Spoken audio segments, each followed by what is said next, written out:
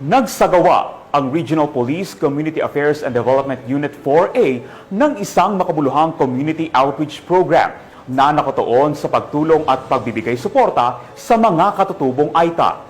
Ang detalye ng balitang yan mula kay Patrolman Lawrence Ilagan.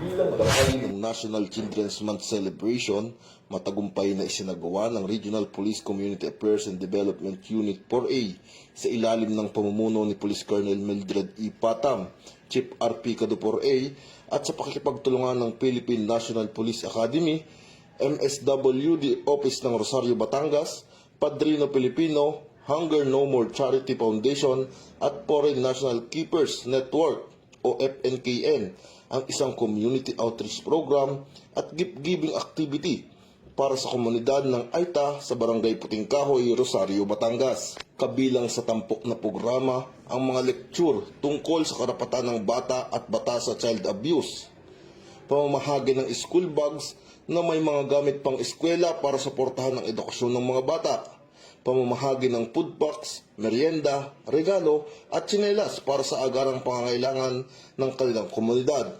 Ang mga ganitong aktibidad ay mahalaga upang mapalakas ang ugnayan ng pamahalaan at komunidad upang maitaguyod ang karapatan ng mga bata at mabigyan ng suporta ang mga katutubong mamamayan.